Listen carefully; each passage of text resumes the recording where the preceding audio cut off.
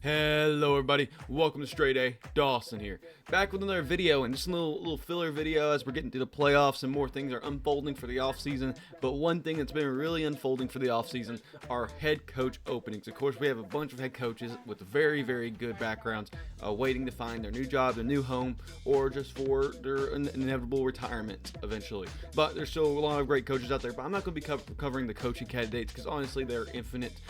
Sure, you can talk about Bill Belichick, sure you can talk about Pete Carroll possibly going to the Seahawks or going away from the Seahawks and actually start coaching again.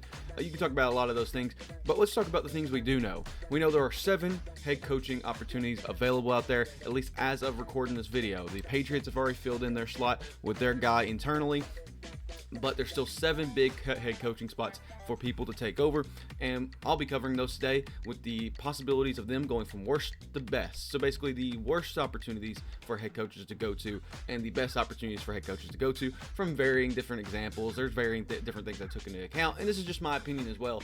But before we get started, please leave a like down below and leave a comment down below of any suggestions for the channel that you have already. Without further ado, let's get into the video. Of the 7 spots, and this one might come to a little bit of a shocker, at least with my opinion. When I break everything down and I see the situation at hand, I think the Los Angeles Chargers are the worst head coaching opportunity for anybody to take over. Purely because the only good thing about that team that I can see that is definitely a big pro is that they have a great QB and a great non-QB talent room. I think they have good all across the board there, but they have to make some difficult decisions. That team is in a really weird spot where they have an older roster that might not just be ready to win now. And if they're not ready to win now, it means you have to rebuild. And after that, now you have to rebuild without the older pieces who are really been the key cornerstones of that team.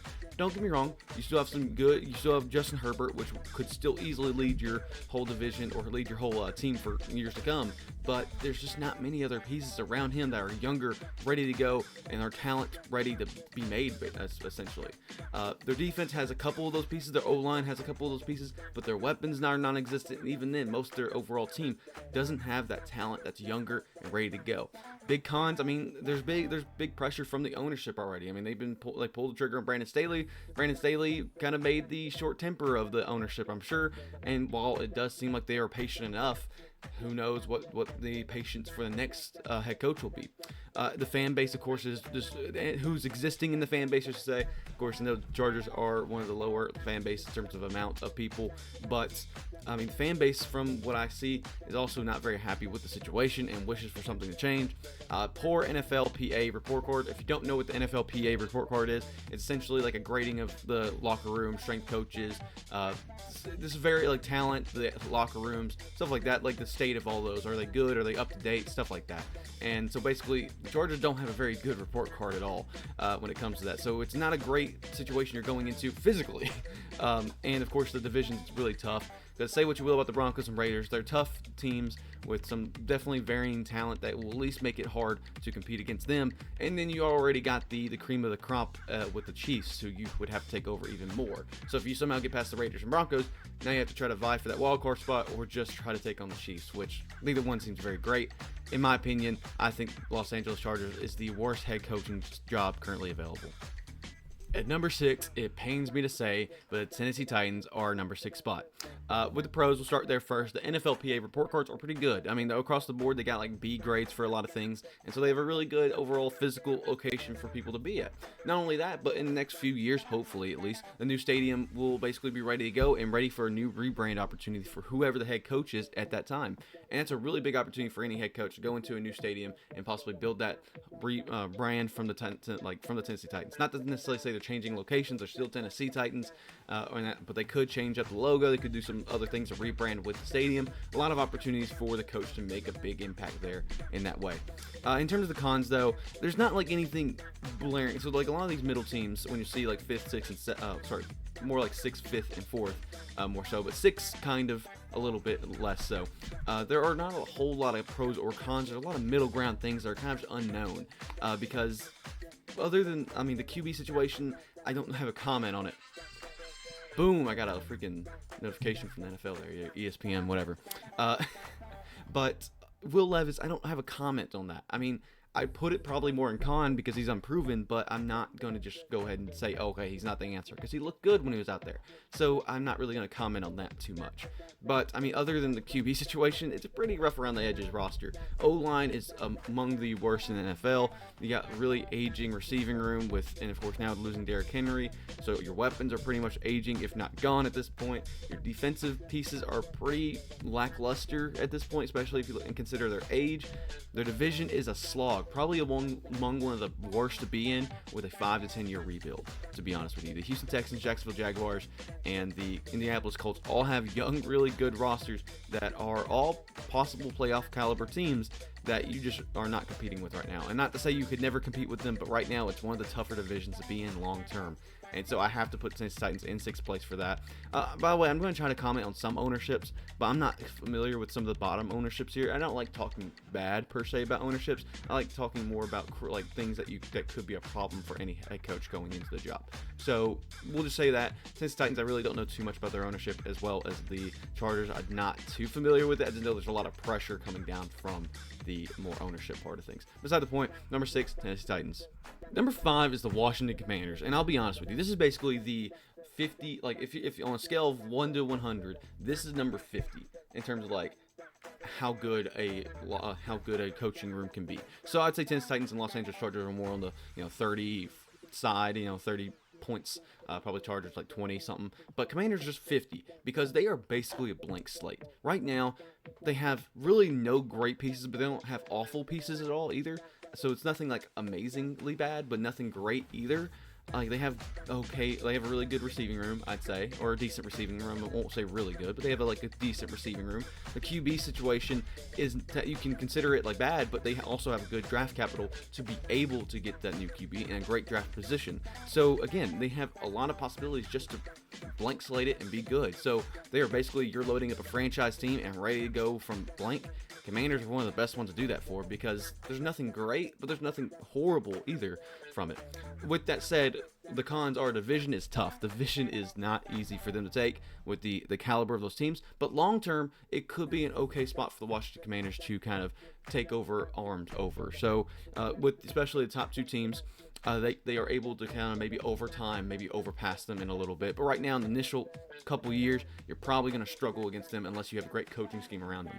Also, the NFLPA report cards are pretty damn bad, and there's no signs of that changing anytime soon. So that's also just that's why it's on the lower end, why it's still like probably 50, if not maybe 48 or 49, just because of those cons. But it's a great place to be for blank slates. The owner seems okay. Nothing to really comment on there from any research I did. Otherwise, 5th spot, I think Washington Commanders is a pretty okay spot to be at for any new coach or veteran coach.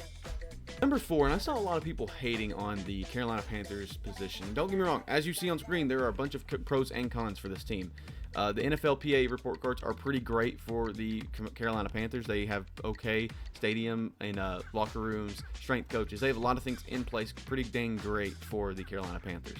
The quarterback situation is both a pro and a con for me because it's hopeful. I mean, I think Bryce Young is very, very hopeful for any fans of that organization because we know he's a competent quarterback. We just don't know if he's able to actually resonate with the NFL situation. So I put him as quarterback situation is worrisome and hopeful. So I want to comment on it, so I put it both in pro and con for it. So take that as you will. The division is one of the better ones to be part of a rebuild in. I'll be honest with you. With the other situations currently where they are, with the Saints, the Bucks, Saints, Bucks, and Falcons. There we go. I mean, there's no team that's overwhelmingly taking that division, so you're kind of able to compete with those teams and rebuild yourself gradually and make yourself more relevant in the long term. And so I think the Carolina Panthers are grateful to be in that one division that's probably the best for them to be in currently. The cons, though, of course, already talked about the quarterback situation. The ownership seems rough around the edges, and expects results pretty quickly. I'm not too sure. It just seems from things it's that the Carolina Panthers expect results. They expect some, they had number 1 pick. They traded all this stuff for it, and now it's like we're not seeing results. Why is that? As you see with the firing of Matt Reich or whatever his name is, Reich. And non-quarterback pieces definitely exist. They really don't have anything, to be honest with you. Defense, they have something. They have a little bit, but otherwise on offense, they're kind of struggling. The offensive line struggles a lot. The wide receiver pieces, DJ Chark and Adam Thielen, they exist. They're something. They're suitable, I guess. The running back room is something. The Carolina Panthers overall are kind of only a little bit higher than the Commanders just because they have a QB. And whether that QB will pan out, I'm not too sure, but at least saves the Carolina Panthers from trading or getting up, trading up and getting a bunch of pieces, or just they can focus on getting pieces for Bryce Young. They just have to commit to using Bryce Young for the next couple of years because they really don't have a way to show that he's ready or not. I didn't really check the cap rooms for any of these teams, to be honest with you, because I don't think cap rooms really matter for coaching situations. But beside the point, I get that you can sign free agents, but this free agents room is not going to be anything too big, so it's not really anything in the short term that I'm worried about. And long-term cap rooms are all pretty okay, so not really going to comment too much on that. But either way, I think Carolina Panthers are still fine enough, but not the best. And I think the top three are going to be among the better ones for people to go into. Number 3, I think the Las Vegas Raiders. I think we talked about the Los Angeles Chargers a little bit before, but I think the Las Vegas Raiders almost in every way kind of trump that for me. The ownership is willing to trust the coach. I mean, we saw statements from the Raiders coach who's able to say, hey, I kind of just autopilot. I kind of just go and hire the coach, trust them, put them in. And whether that changes with the recent firing or not, I think that the ownership has shown a willingness to trust whoever they put in place. The NFLPA report cards are top tier among some of the best states of the locker room and stuff like that. So I think the Raiders are in a pretty good spot when it comes to that. Their non-quarterback building pieces are pretty suitable. I think they're above average for some of the teams. There's kind of no big notable names. Their defense is pretty nice. Devontae Adams is still like 29-ish, so he's able to stay there for a little bit longer as long as they keep him happy. Jacoby Myers has proven to be kind of a dark horse in terms of receiving forces. O-line doesn't have anything flashy, but isn't awful. And other than that, the only thing that really makes me cringe is a quarterback situation is not great and a not great draft pick. They have like 13th or something like that in the draft, which is okay, but not really okay to get a quarterback. You can probably get some of the kind of B-tier quarterbacks in terms of I know people put Bo Nix and stuff like that in like the first round or the early second round or something like that. Raiders could possibly pick up somebody like that, but is that going to be proven enough? Should they do that? I'm not too sure. It's a rough situation around that, and division isn't easy. We talk about it with the Los Angeles Chargers, but again, the Raiders also have a difficult position for that. It just seems like it's a good place for coaches to go. Whether they like the actual situation of the team, it's going to be kind of, up in the air whether they like that or not, but I think the ownership and the coach can have a very good relationship. That's why I put the Raiders in third, but this is a team I could see you putting a little bit lower, but I think I like the situation for anybody going to the Las Vegas Raiders. Number 2, we get the Seattle Seahawks, and I think this is pretty self-explanatory. I think this is just a great backroom of great ownership, great backroom staff. I think this is a very trustworthy franchise, and I think with the firing of Pete Carroll, while it seems rough, they also were like, hey, listen, we're going to respect Pete Carroll enough because he's done so much for our franchise. We're going to keep him around if he wants to. And I think it's just a great sign already from showing that the Seattle Seahawks have their head screwed on straight, and at least have some sort of plan. If they're going to get rid of Pete Carroll and not have a plan, that's kind of a stupid situation. But I think the Seattle Seahawks have made great decisions in the past, or decisions that people would question at first, that turned out to be pretty good. So I'd say the Seattle Seahawks have pretty dang good ownership. Their NFLPA report cards are pretty alright, with a pretty overall great locker room and strength coaches and stuff like that. And their non-quarterbacks building pieces are pretty dang good. Their defense is okay. They're a little bit older on defense, but their offensive pieces pretty dang good and put in place. Lots of backroom support from staff. Again, kind of said that before. It seems like anybody that franchise feels like somebody they can rally behind their guy. And they left their coaching situation with a good situation. Like whoever they bring in, they left it with a good situation overall. Not great because their quarterback situation is sticky. Geno Smith is like a band-aid right now. Drew Lock is not the answer long term, from what everybody has found out. And they don't, they can grab a new QB in a draft. They do that, trade up.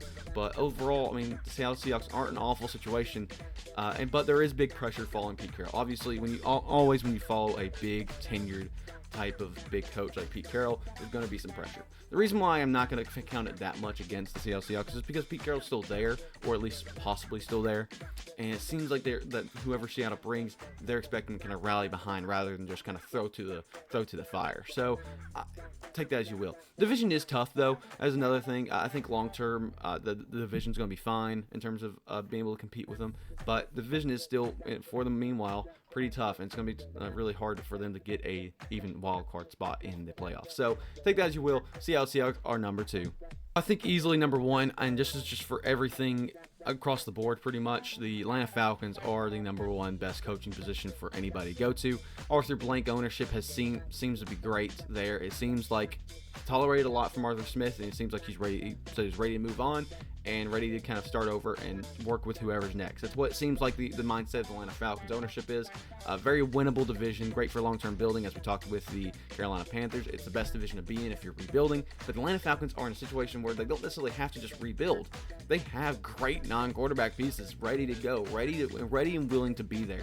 Their defense is pretty dang good. I mean, whether they've performed to their standards or not, take that as you will, but they are there. They have the talent there. They have great offensive pieces. Maybe the offensive line needs a little bit of help. Other than that, I don't see many things going wrong aside from the quarterback situation and not having the best pick in the draft. It's also kind of rough around the edges to be there with, but they still have the possibility of trading up, getting their guy, or even getting another QB in the mid-range and possibly rebuild from scratch. Another thing is NFLPA report cards are kind of like subpar, kind of C's across the board, which is okay, not great. So take that as you will. But overall, Atlanta Falcons kind of scream like a great spot for anybody to go to. They are my number 1 pick to be for a great coaching position place. With that said, guys, it is time to end the video. Thank you guys for your support and everything on the videos recently. Almost closing on 100 subscribers, which is great. Enjoy the playoffs. Enjoy the wild card weekend, of course, and enjoy divisional matchups. I'm not too sure when this video will come out, but it'll come out eventually. Thank you guys for watching. StraightA Dawson, out.